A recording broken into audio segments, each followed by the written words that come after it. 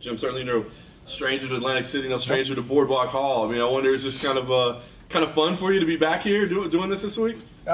It is. There's a little bit of nostalgia, you know. I fought, you know, Cerrone down here, but you know, that was at one of the hotels and the casinos that I hadn't fought at. Yeah, being able to fight in the Boardwalk Hall, I've had a few fights there, you know, and it's pretty cool. I haven't been able to go over there yet, but you know, tomorrow when we do the ceremonial weigh-ins and stuff like that, I'll get to go over there and kind of relive it a little bit. It's been yeah, it's been a part of my career that I haven't really thought about, you know, because for me it's like whatever, wherever I'm fighting, I'm fighting. But you know, kind of this week I've been having all these memories of some of the fights in the past.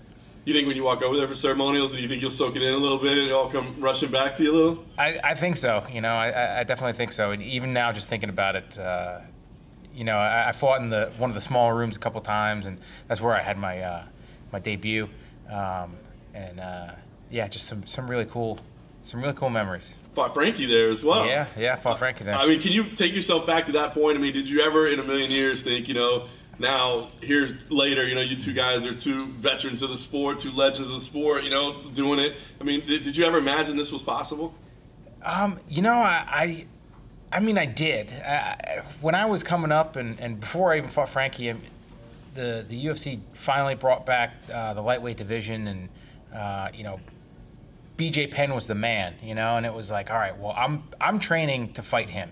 You know, every day that I'm on the mat, I'm training to fight the best guy on the planet at the weight class, and I expected to be here, but it is pretty cool. You know, I mean, like Frankie and I, we were supposed to wrestle in college. We didn't. You know, I ended up missing weight by 0.2. You know, it was the only time I've ever missed weight, and you know, then to see him coming up fighting while I was fighting, I was like, oh man, like we're gonna get our opportunity, you know, and after a few fights, we did, and sorry about that. All right.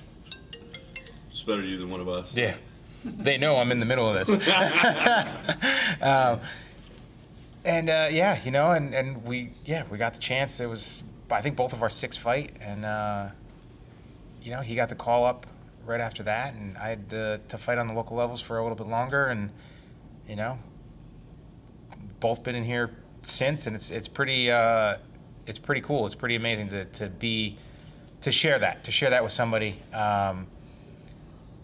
you know, and have two paths that have been so closely related, and you know, and then we trained together for a while, and yeah, just to kind of share that with somebody, it's pretty neat. You're setting a little bit of history. I mean, you and Mike Bisping have been going back and forth, most UFC appearances in history. I mean, does that, obviously he may be done, it sounds like, so you should pass him. I mean, does that mean something to you? I mean, longevity like that? I mean, the longevity does. Yeah, it hasn't been easy, man.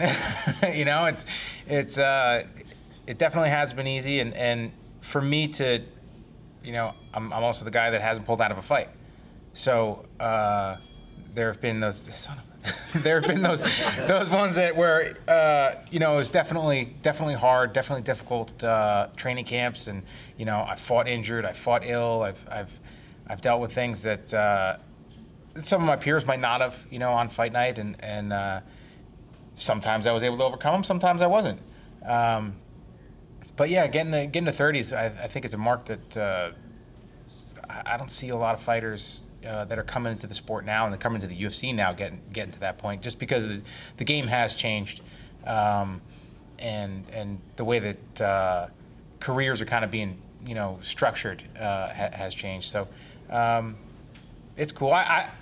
This should be my 30. You know, like I wanted to fight back in February. I would have liked to fought on the Texas card, and then I could have fought on this one. You know, I sure as hell wouldn't have turned it down. So, yep. You know, but yeah, I'll get there. You know, it's not super important to be the first one, but that's another cool thing. You know, I mean, to share something with Bisping. I mean, he's been in the UFC a lot longer than I have. You know, the dude's he's a future Hall of Famer, and to be right there with him is pretty neat. Well, last thing for me, I wonder, these matchups, you're fighting a guy who says he watched you growing up, you know what I mean? And everybody you fight, I think, is going to be like that. They saw you grow. I mean, is that difficult for you? Because now you're having to shift your focus to guys that you might not know that much about, you weren't following. When you talk about like a BJ Penn or something, that's easy to get hyped for. But is it tough to get hyped for these, quote-unquote kids that you really know much about? Not at all, man. A fight's a fight, and I approach everyone the same way, and they're all important. And every time I'm training, I'm basically just training to get myself better, and that's the way it's always been. It's never been about the guy who's standing across from me on fight night, because I've had that change many times, and gone from fighting different styles, different body types, orthodox to southpaw, and vice versa. And hell, my first fight, I had 5 different opponents until we finally were able to get one that didn't pull out. So that's just the way that it goes. But I'm going to fight whoever steps in front of me. And Dan is he's a talented fighter, coming off some really good wins, and he's very dangerous. He is a very dangerous guy, and I'm sure as hell not looking past him. I'm going to go out there. I'm going to fight my hardest, and I'm feeling good. I had a really good training camp, and I'm hoping that everything stays the way it has been, and everything goes well, and I get to perform and show you guys that I'm still capable of some magic inside the octagon. Now, Jim, obviously going into this, he is kind of a guy on the rise. You're the veteran at the top. I don't want to say your back's against the wall. I think with your stature in the sport, you can survive 0-3, 0-4. But does that add a little bit of pressure for this? There's always that little bit of pressure coming off a loss. This is the first time I've had 3 in a row, and it's something I never planned on. And there's always pressure. There's always pressure to get back to it. And I can't stand the phrase, you're only as good as your last one, because that's bullshit. You can put together a career, and it's one night, it's one moment in time. A 15-minute stretch, or even a 25-minute stretch of a fight is nothing. It's nothing compared to what you could have done in the past in here. And I'm like I said, I'm not a big fan of that phrase being thrown around. I think it kind of devalues us as fighters, and as martial artists as well, and what we've put into it, and what we've put into to get to this point. I've been training in MMA for almost 13 years now, and was wrestling since I could walk. So there's been a lot of time spent on the mats to develop that, and to kind of sell myself short and say, well, I performed like shit my last fight, so I must be a shit fighter. I think that's bogus. But there is a little bit extra, But to go out and to, I'm gonna fight on Saturday. I'm gonna put it on the line. I'm gonna fight as hard as I can, and if I see an opportunity to finish him and it's reckless, I'm still gonna go for it, because that's me. And I'm not gonna fight that. I'm not gonna change who I am. I'm not gonna go out and I'm not gonna fight conservative, because win or lose Saturday night, I want to be able to satisfy myself with that performance, and going out and just grinding it out, staying on top, not really causing any damage. That's not my style of fighting. It's not something that I'm going to look at and be like, well, that's a good win. So there is the pressure, but I'm also Jim Miller, and I'm going to do what I'm going to do, and there are certain things that I'm not gonna let that pressure get to me, basically. At 34, you're not exactly the oldest guy around, but you do have the longevity and the battle scars and everything that go with it. What keeps you going at this point in your career? There's a huge love of the competition, man. I get super excited. A couple weeks out of a fight, I'm just ready to go. It doesn't really matter even where I am in camp. I'm just ready to go. I'm ready to finally step inside the octagon and fight. And this is about 6 months in between, these fights, and I hate that. I'm not a big fan of taking this much time off, and unfortunately, this wasn't my choice. I kind of got pushed back, until they were coming to the area here. So, it's I don't even know where I was going with that. I lost my train of thought. But the motivation, yeah. The motivation, yeah, it's still there. The joy and the love of training, the love of fighting and competing, and it's at the same time, it's also a job. It's how I provide for my family, and I gotta do that as well. So you sometimes that has been the motivation when I have been banged up, when I have been hurting. It's like, well, you know what? You decided to make your living as a fighter. You got to fight sometimes, even when you're banged up. So, from what I recall, your fight against Frankie was the first time your grandparents had ever saw you fight. Yes. And they weren't too pleased with the way the crowd reaction went. Yeah, that was. Of course, I didn't have to deal with any of it because I was in the back. But my gym at the time had closed down a couple weeks earlier.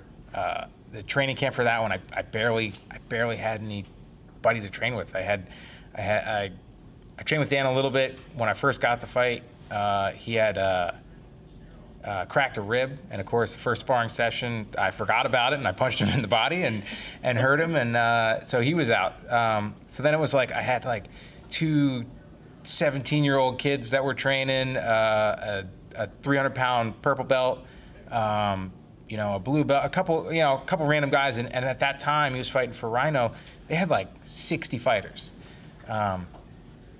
So when it came time to sell tickets, I didn't really have anybody. With the gym closing down, it was like my main guys were in my corner, and then I think I sold like 12 tickets, something like that. It was like my family, my parents, my grandparents,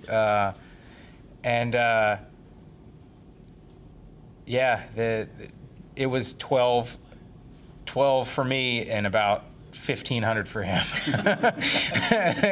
So it was there were all sorts of chants and stuff like that, and my grandmother, she started yelling at some of the kids and shut up, old lady, back and forth, and it was it happened. You know what? They never came back, did they?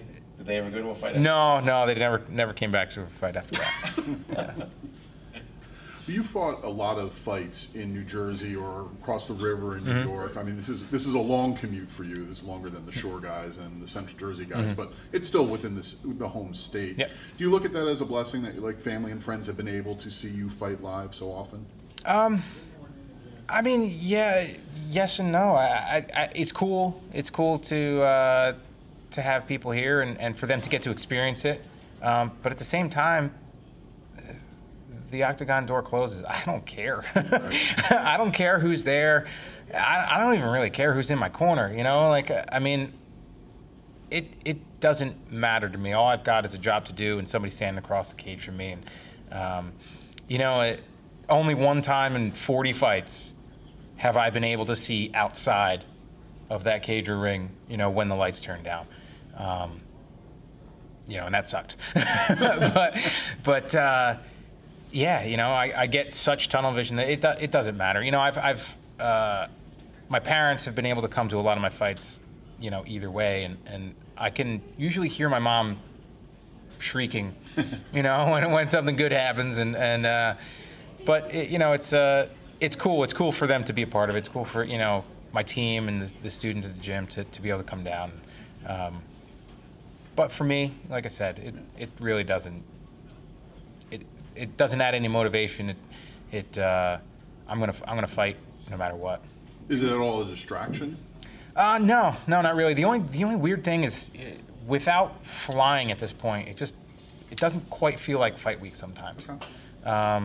This week I didn't really seem to have that, but sometimes when I fought in Newark, it's like, you'll get to like Wednesday or Thursday, and it's like, wait a second, I'm fighting on Saturday. There wasn't dealing with the airport and flying and flights getting delayed and all that stuff like I've had happen in the past. Right. sometimes you just don't get that kind of kickstart to fight week. But it's going pretty well. Great. Do you remember wrestling here? Yes, I do. Was it Yeah. your senior year? Yes, yeah. It was pretty. That was an overwhelming experience, man. As a 18-year-old kid, I had some big nerves, walking onto the mats to warm up and kind of crap the bed. You finished top 8 though, right? Yeah, I was top 8. Had a really good match with the kid who won it. Might have won in the whole thing. Yeah, but that match took a lot out of me, and didn't really perform after that. So. That's pretty cool to just be in there. Yeah, it was. This is the place to be for high school wrestling. It seems like. Oh yeah, New Jersey.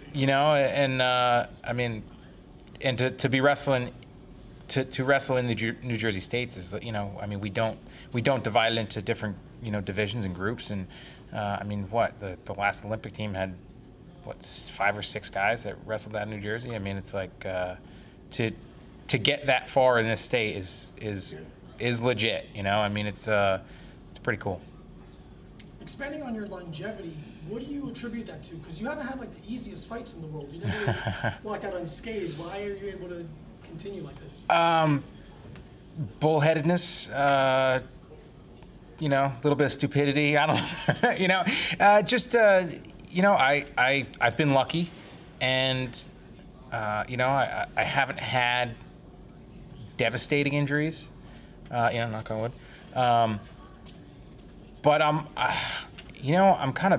built for this. I've never broken a bone. I've never had surgery. I've been bounced off of things, fallen off of things. Even outside of fighting. I've had events that most people would probably walk away or not walk away from, and have to go to the hospital from and stuff like that. And I've been lucky enough that I bounce a little bit. So you're Wolverine, basically. I don't know if I'm Wolverine, but I've been lucky enough to not have to deal with some of those more devastating injuries.